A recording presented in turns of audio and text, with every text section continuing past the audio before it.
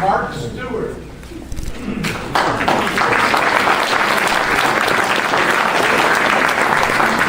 Good evening, all. Thank you. Thank everyone here who is open-minded. I hope that's a lot of you. I am not a progressive. I'm more of a libertarian, smaller. I am a registered Democrat, been that way for 20 years, longer than Bernie Sanders. I'm not sure how many of you saw the questions asked on the sheets that we all have. At least 6 asked of us, what programs would you establish anew in Connecticut?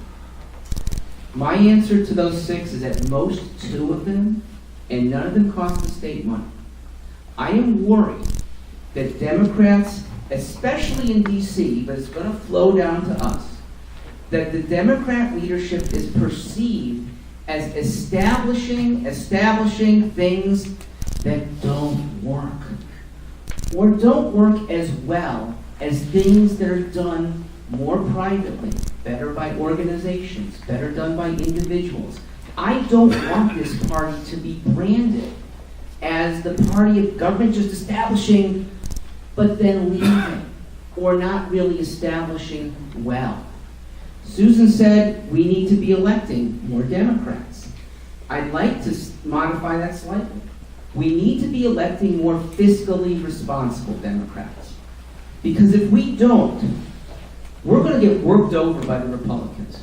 Okay, they're chomping at the bit, and that might be 2 years down the road, but if we don't have in the General Assembly, which may be more important than the office that we're running for, if we don't have ones that are committed to the people, but the people's pocketbooks being maybe the most important of them, I'm very worried for the future of our party. There were issues at the end, and I'll just take on the housing ones, because it is one thing that I would establish at no cost. The backed up loans for college graduates who do want to come here and might not have parents in town. So Emily Lamont, Spencer Harris, I doubt your parents are going to flee to Florida, but if you're still here without housing, we will have it. I actually do that now. I own properties that I rent out very cheaply to younger people who want to get established. I'm private. I don't have a state backing for this. Mortgages are already well established for anyone who can save a little bit. I, as governor, would help the people who perceive that they're stuck to get that deposit, get that down payment, get out of the hood that might be depressing you, get into a better community to thrive, maybe with ownership, and yes, backed by a state loan. Thank you all. I really appreciate your attention.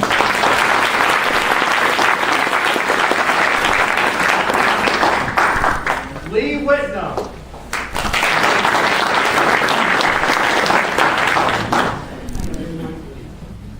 These people here, especially the well-connected or people who have earned a living off the fat of the state of Connecticut, make me laugh. They're part of the problem. I have 15 bills already written. For the last 5 years, I have been dragged in and out of court, criminal court, 41 criminal court appearances by extremely powerful people. I've stood before judges who have violated my rights left and right. There's no recourse. I filed 25 briefs in the appellate court, ignored. They only answered 20% of them. Our court system is so filthy and corrupt. People have left this state because you are not safe. In the 5 years, I was in federal court, family court, probate court, criminal court for things I didn't do or were not crimes. How did I get myself into this situation? Well, you may have remembered when I called somebody a bad name because he denied the existence of the Israel lobby during the debate, and I called him a whore. And oh my God, how did she use that language? Nobody seemed to notice that he called me a liar on the air and denied the existence of the Israel lobby. He's not going to get away with lying to the people while during my watch. Well, my stance regarding the country of Israel got me in some hot water with very, very powerful people. And in a state that's as unlawful as this was, I I was literally in hell for the last 5 years. Darn the trenches in there where I paced for 3.5 years, kept from my teaching job. I thought I was facing 16 years in jail for 9 crimes that were either orchestrated by the statewide prosecutor's office, I allege, and I'm still trying to get justice in 3 court cases against them, and nobody wants to hear the case. They keep dismissing its sovereign immunity. When do we get justice?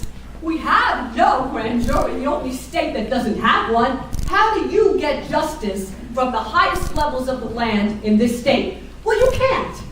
People have left our state because they know how unsafe you are.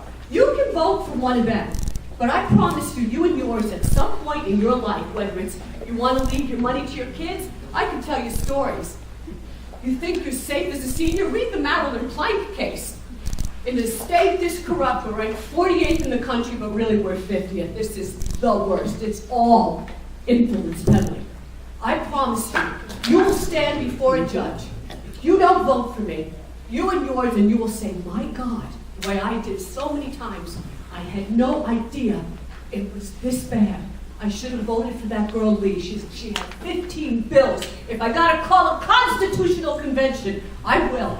But these bills will clean it up, and every one of them that are already written, I painstakingly, with the sweat of thinking I was going to jail, I formulated myself. You need to support me because none of these people will bring the change that I will.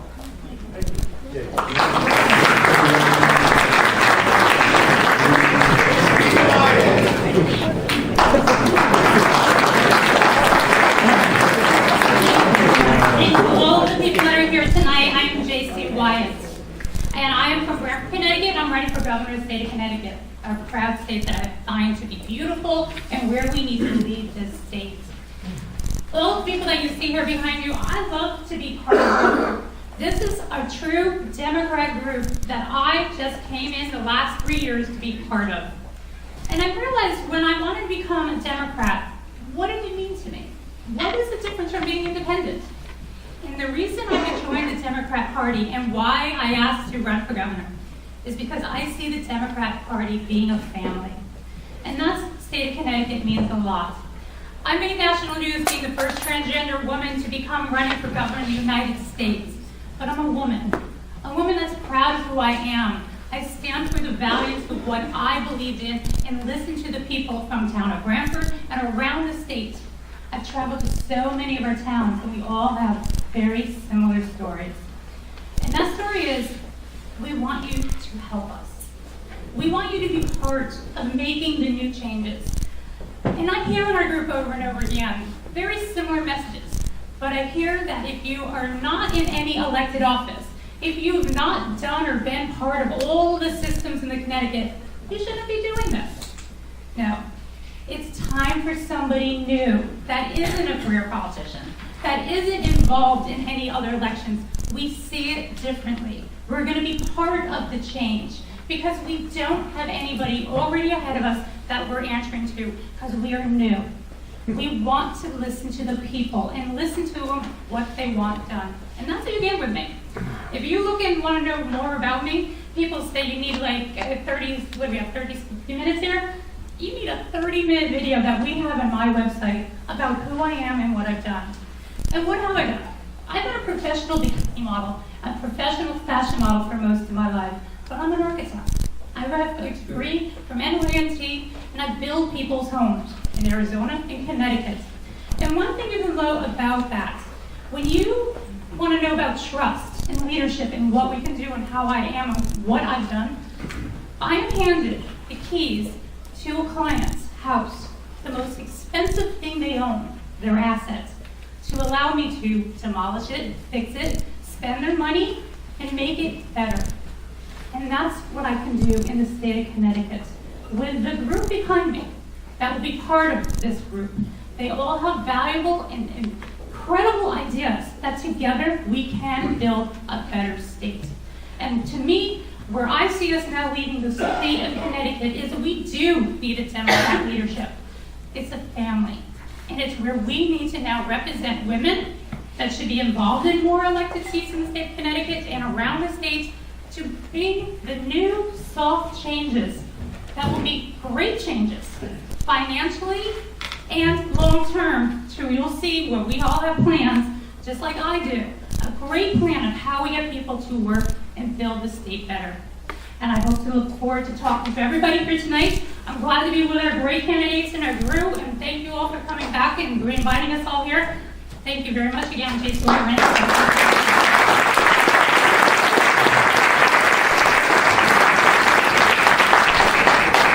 The next So section, the next entertainment part is we're going to take a question. next section, JC's going to have the first question and 3 minutes to answer. Okay, so hello again, I'm Jason Wyatt, and I'm going to take the question that they give. They have beautiful questions. And I want to talk to you about infrastructure. We in Connecticut, one of the questions here is, do we support highway tolls in Connecticut? That's going to be one of the questions. The reason I'm going to go on that is about construction and economic development. Let's tell you, building homes in the state of Connecticut, we get budgets for millions of dollars to $200,000, and we are accountable for every dollar what we need to do. Infrastructure, state of Connecticut, we are about to lose a transportation fund. We need to now look upon how we can make this through legislation to pass the lockbox transportation fund.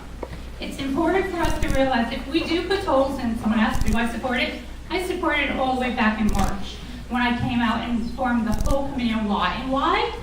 We have a way of making $800 million in the state of Connecticut proven through financials if we put tolls only at the borders. That's 5 towns that we will be dealing with, which is, it's going to be Greenwich, Stonington, Field, Oxford, and Danbury. These towns are the beneficial point of where Connecticut's going to gain some serious money that will change deficits. But we need to make sure that money goes into this lockbox account that no other legislators can make laws and pass and take that money out of that fund. If we have $800 million to put back to our bridges, roads, it'll loosen some of the traffic on I-95. Some of the works that need to be done on 84.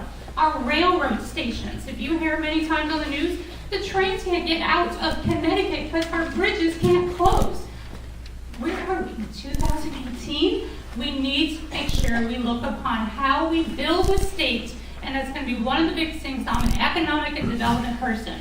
I see the way we can get more money back in our state to reinvest in the state of Connecticut and get us back to work. I think that was the time up down there? One more minute. One more minute. So when we say why we do these tolls, and I hear everybody, I remember at one of our transportation meetings, we were talking about giving residents a pass. At this time in our point of our life, people are willing to pay a certain bill and tax in the state of Connecticut.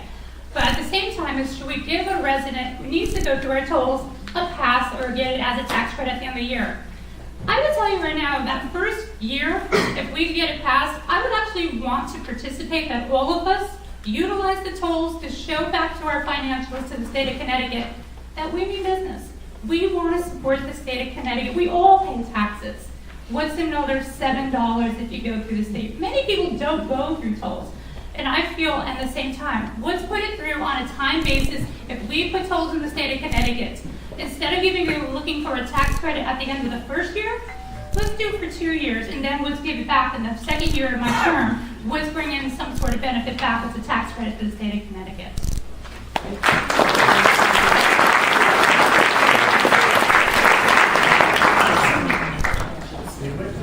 Okay, so the question I'm going to answer is, what do you see as the most significant infrastructure obstacles limiting growth? Okay. I want to talk to you about legal number one. Currently, the state of Connecticut judges get a job for life. Every 8 years, they get rubber stamped in by the legislature. And the legislature, I'm part of a group of a whole bunch of people that speaks out against really bad judges. And they always slip the judges in. So you have to, we all watch, we're all watching, because they'll slip in their reconfirmations, and before you know it, they're all rubber stamped in for another 8 years. Okay, so the last time we fired a judge was somewhere like around 1946. I think it was like an axe murder or something. You cannot fire a judge in Connecticut, and they know they have a job for life. I've sat there with the legislature pleading my heart out. This man defied this right I had, lied on the record, switched the motion to a different name just to dismiss it, game after tricks after tricks. Nobody's listening. I saw women crying, their kids taken away by family court judges in this state who love to drive a wedge in families because they know if you take a kid from a parent, that parent will spend every dime they have to see that child, and that's what they count on, keeping you in the system, feeding lawyers. So, to plea bill number 1, my bills are already written, and these were all garnered painstakingly. Plea bill number 1. The Judicial Review Council is one of our many useless appeasement organizations in this state. They do nothing. They collect all your complaints, which the judges then use to retaliate against you, and they make recommendations to the governor who just rubber stamps everyone in. You have a chance to speak against their reconfirmation, but no one's listening. Okay, Judicial Review Council is suddenly changed from a useless appeasement organization to an organization with teeth, with rolling firing power. And the State Review Council. You can't get rid of the state employee. This is why our state is fat. Why we don't have enough money for infrastructure and important things. Because we're feeding a system that's full of corruption, filth. The filth at the top has got to go. Plea bill number 1, which is just one bill out of 15, there's a rolling council. And guess what? 3 strikes, automatic impeachment hearing. Where do the strikes come from? Oh, I have a whole list of things. Denying of due process. The very people who have been aggrieved. We'll send them in, and we're going to be stocked with little exams from LA Confidential. That movie, in the sea of Hollywood corruption, the guy who does it by the book, oh yeah. I'm going to stock the Judicial Review Council with people itchy to chop off judicial head. And we're going to get rid of them. You think the Spanish Inquisition was bad? You haven't seen the judiciary with Lee Whitman as your governor. Thank you.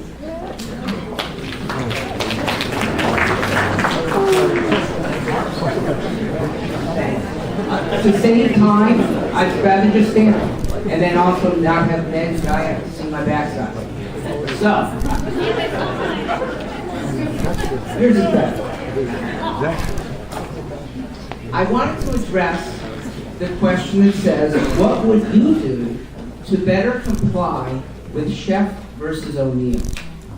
Sheff versus O'Neill is nearly 30 years old, and the result of it is still a mess, an incredibly unfair mess. Started by courts, implemented horribly, so that right now, the very people that Sheff versus O'Neill were supposed to help, inner city, Black and Latino kids, are not able to go to schools in their very district that they should be able to go to. What would I do? I would not comply. I would stand at the door of any Hartford school that is good, where a family would like to bring their kid, whether it's neighborhood or a magnet school. They've got the financing for it. We let them in. Courts be damned on this. They have screwed things up. The Dred Scott case was no more racist than what ended up happening with Sheff versus O'Neill. Now, the impact might not be quite as bad, but it is legislation that is deserved, and here is my way to comply. I am an educator. I've worked in both public and private schools. I work privately now. I think your best way to educate everybody, and it instantly gets rid of the ESC fights that we're about to have, is make education funded by vouchers. Our friend, when people are funded just as well and have the choice to go where they want, the schools get better. They have to. They have to the same way computer devices have to, because your dollars won't go to that company if they don't update. Why should it be any different for schools? It's more important to have better education. What this proposes is bottom-up education. We've had too much top-down. And it's hurting kids not just in Hartford, but in every city. If you want good diversity, if that's a big goal, I'll give you a place with tremendously good diversity. Skin color is the least important of it. It's Glastonbury. There are kids here in schools who they have play dates, they have sports events. They don't care what color their playmates are. Their backgrounds are very diverse. I would like to see kids who are semi-trapped in not so diverse and deficient schools be able to go to the suburbs armed with voucher money that lets them decide instead of the bureaucrats.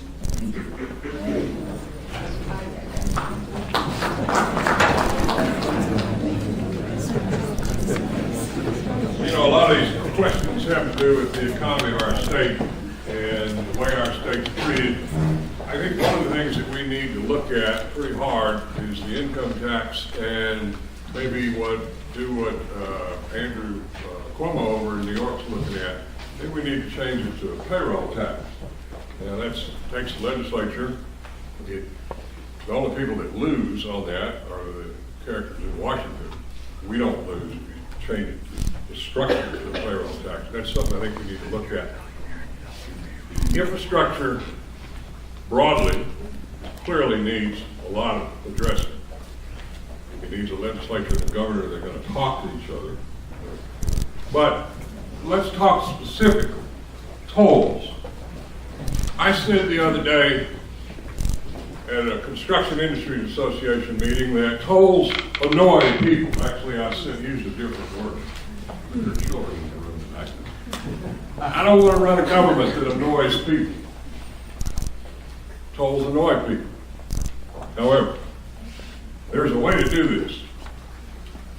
Hear me for a second, and I'm going to focus on the detail of this. So we cut a deal with MasterCard. MasterCard, we give every DMV license holder and every person that's filed a tax return in the state of Connecticut a MasterCard debit card. They have to put their money on it. They use that card to pay the tolls all year long. End of the year, they paid $360 in tolls. MasterCard electronically files that with the Department of Revenue Services, and it automatically goes into your tax account. And when you file your tax return, you get a tax credit. It's your state tax return. You get a tax credit on the tolls that you pay. The people from Massachusetts and Rhode Island and Wyoming and wherever else that are driving through all these big trucks are paying the tolls. So I'm okay with tolls, but not for you. We can do this. It takes creative thinking, it takes fresh ideas, fresh creativity, and fresh people brought into state government. We can do these kinds of things. Something else. The governor's holding up, what, $4 billion worth of transportation stuff right now. We need that done right now. Well, maybe we need to look at it in a different way. Maybe we need to look at our bonding authority, our bonding capability. People say, oh, well, if we do that, our bond rating will go down and our debt service will go up. Yep, it might. But we need that transportation done right now so the bridges don't fall down and the roads work, because there's no CEO of any big company that's going to put $100 million into a factory if they can't get their trucks across a bridge. So we have to do it now. Well, we can do this. It just takes very creative thinking, and it takes change, but not the kind of change that's going to hit you in the pocketbook. We have enough money. We just have to think how we use the assets of this state more effectively.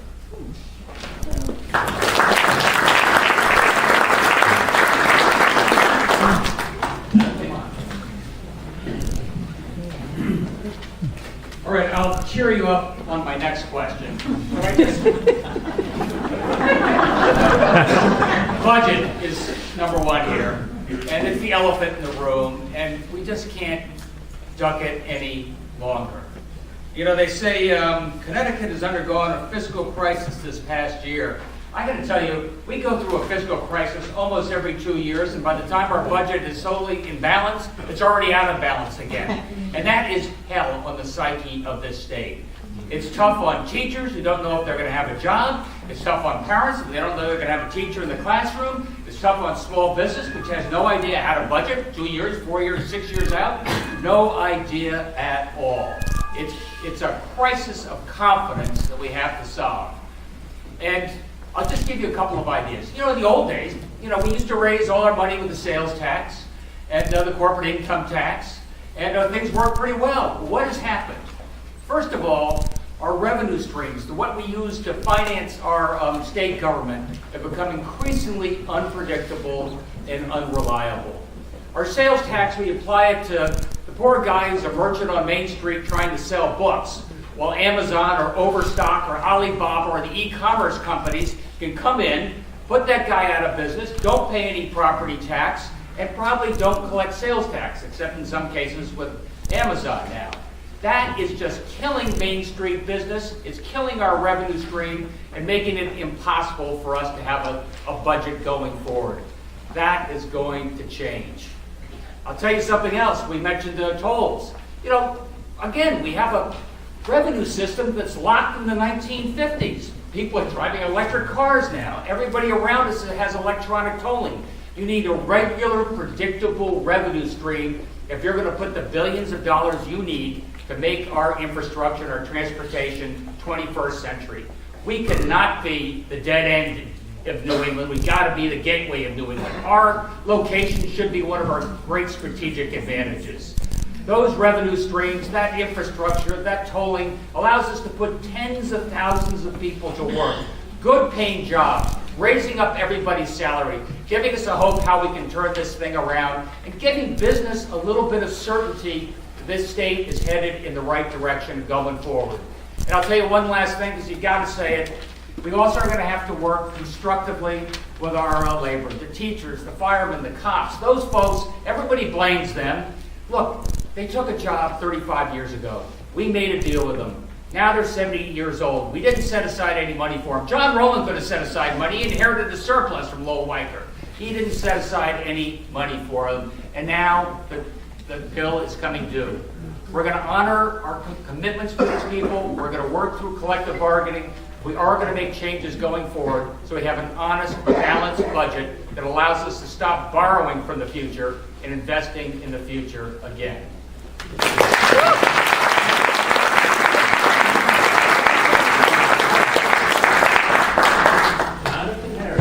Thank you, Mr. Chair.